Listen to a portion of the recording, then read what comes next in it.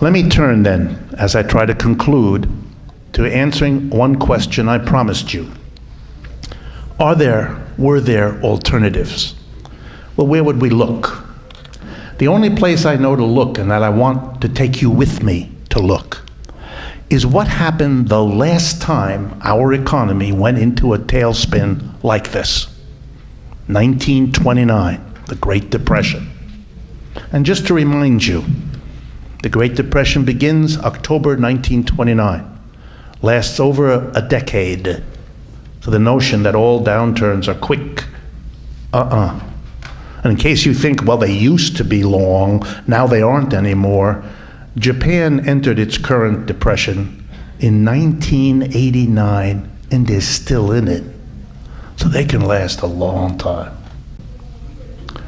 But things went very differently in the 1930s. First of all, their conditions were worse than ours.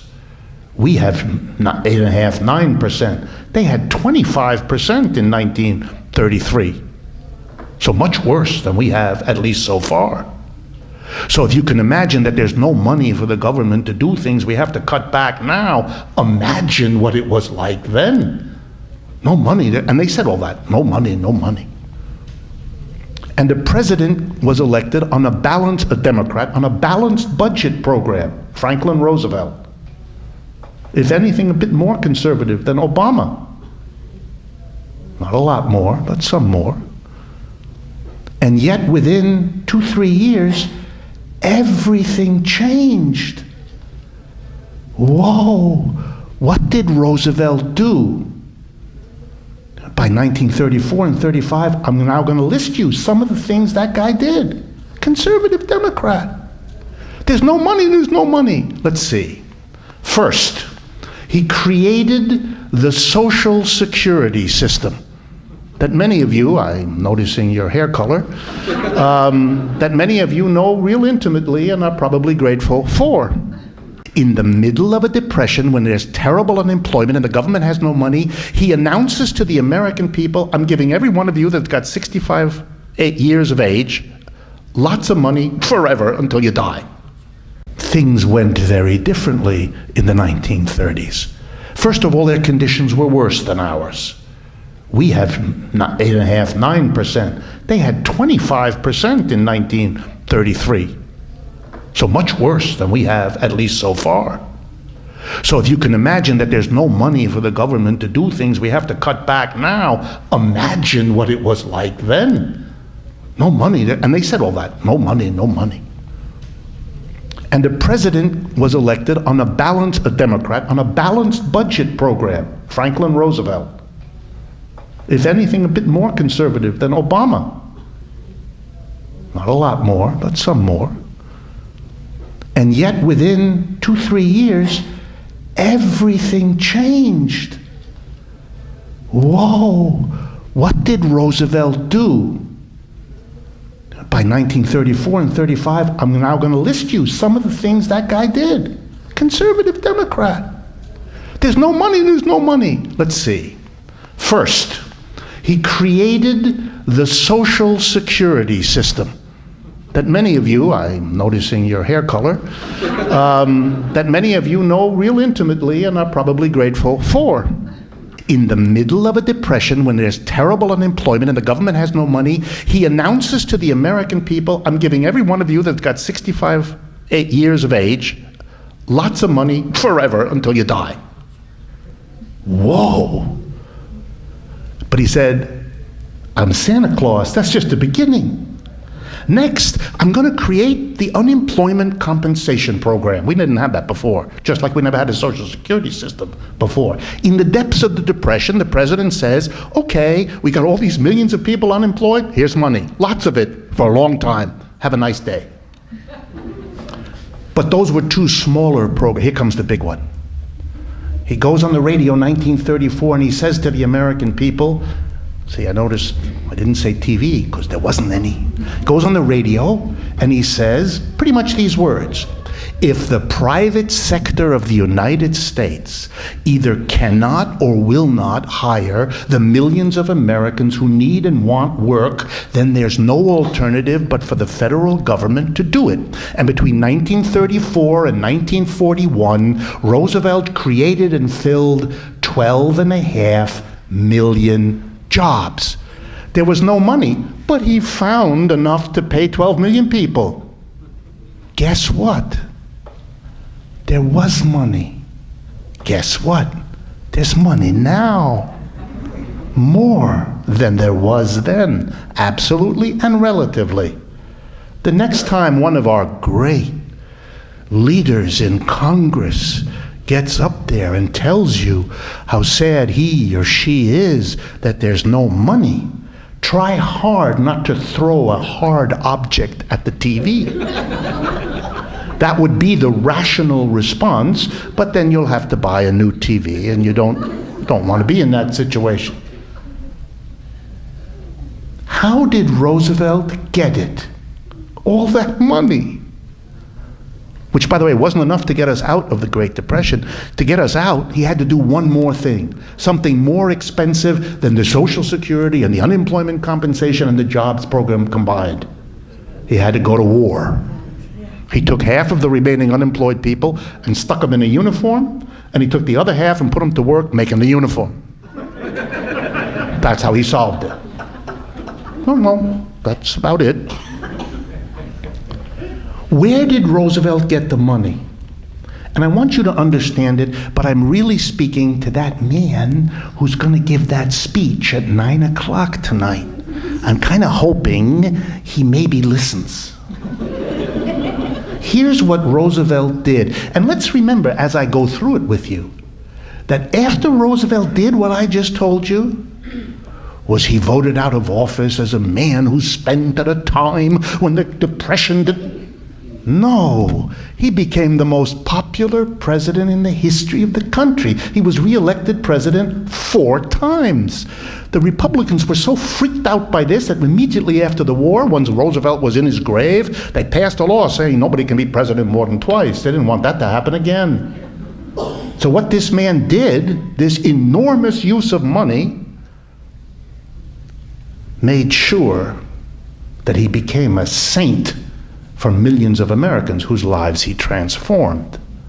And they voted him into office over and over again. For a president who's worried about an election, there's a hint here somewhere. What did Roosevelt do? Roosevelt came, as you I'm sure know, from a great American family, or to be more accurate, a rich American family. His relatives had been presidents before him, very wealthy, very well connected, all in that. So Roosevelt was in a good position to gather the richest Americans around, which he did in the White House, and the biggest heads of the biggest corporations. He gathered them around and he gave them a talking to. And he said to them, look, I think I need to explain to you why I'm doing this, which you don't like. And before I'm done, he says, you're not going to like me even as much as you do now, which isn't much. Here's why I'm doing it. Millions and millions of American people are suffering, but of course, in and of itself, that's not a problem. Unfortunately, in the 1930s, those suffering people did something that the suffering people in America today haven't yet done. They mobilized into organizations. In the middle of the 1930s, we had the greatest labor union drives in the history of the United States. We've never had that many people join unions in a matter of months. Never before and never since. Millions of workers joined the Congress of Industrial Organizations, the CIO. Number 2, we had huge numbers of Americans join and become active in multiple different socialist parties, and also into a big, powerful, and influential communist party. Not only that, But there was lots of overlap between the CIO and the socialists and the communists. They were a real organized force. And they went to Roosevelt and they basically said, you better do something or we're going to be very angry at you, and we are very militant and we have millions of supporters. And not only will your political career be in trouble, but this whole country is on the edge of what Mr. Soros said this morning. And then Roosevelt took the next step and he said to these corporate leaders and the rich, I want you to give me a ton of your money right now. I want you to give half, I'm doing this simply, but I don't have the time. I want you to give me half in taxes. I'm gonna tax you till you're blue in the face. And the other half you can lend me. But you gotta give me the money, and you gotta give it right now, because I wanna take care of the mass of people. And if you don't give it to me, I'm gonna be gone, and you're gonna have to talk to those communists and socialists and union people, and they're gonna cut you a lot less good of a deal. If you give me the money, I'll take care of the mass of people. The unions, the socialists, and the communists will be satisfied with that. And they won't mess with the corporation. You'll keep your company, you'll keep in business, you'll probably do better because those people are going to have money to buy your stuff. But there really is no alternative, or else this capitalist system is over. He split them. He split the rich and the corporation. Half of them bought the argument. The other half didn't. But the half that did, together with the AFL-CIO, communists and socialists, made him the president for the next umpteen years. It worked. Just to remind those of you that are not familiar, and I do this only because American people's understanding of their own history is so poor. You know, I'm a teacher all my life. I look at your faces as I talk. I know how many of you didn't know what I just told you. I didn't make that up. Go check it out. You'll read it up, you'll see. What were the taxes that Roosevelt imposed? First one,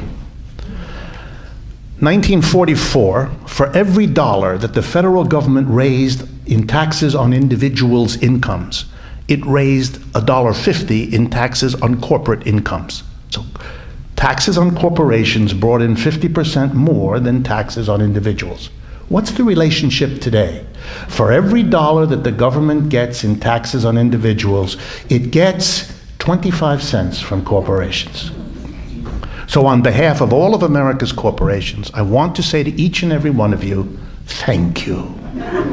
Very kind. What about rich individuals? The highest income tax Roosevelt got for people at the top, ready? 94%. That was the taxes for the richest in the middle 40s. Income tax, that's right. Personal income tax. So if you were the richest ones, made over I think 200,000 in those years, you paid, ready? For every dollar over 200,000, you had to give Uncle Sam 94 cents. You got to keep 6. Again, if I had more time, we would stop and I'd play the national anthem. In other words, Roosevelt said to the corporations, pay a lot, and they did. And he said to the rich, pay a lot, and they did. Because they were afraid of the alternative. So they did. By the way, those tax rates continued. What is the tax on the richest people in America today, the top tax? 35%. Down from 94 to 35. That's a tax cut. You didn't get anything like that. And don't hold your breath. Nothing like that's coming down the pike for you unless you do something. And by the way, do you know how Roosevelt got the rich to accept the 94%? That was a compromise. What Roosevelt asked for in 1942, went to the Congress and said, there has to be in the United States, I quote you, just go read your history. There has to be a maximum income in the United States. What'd that mean? He said, I want the maximum income in that year to be $25,000 a year. Now, it's in the money then. I'm going to give you in a minute. Well, I'll do it now. That's roughly $350,000 today. That's the maximum. And what does maximum mean? For every dollar over that you earn, the government taking the whole thing. You're not going to get more. That was the official proposal brought from the White House to the Congress. When the rich people saw that, they went bonkers, and they accepted a 94%, because that was 6 percentage points better than what he was offering. And why did they? Because Roosevelt kept reminding them about the unions and the communists and the socialists right down the road.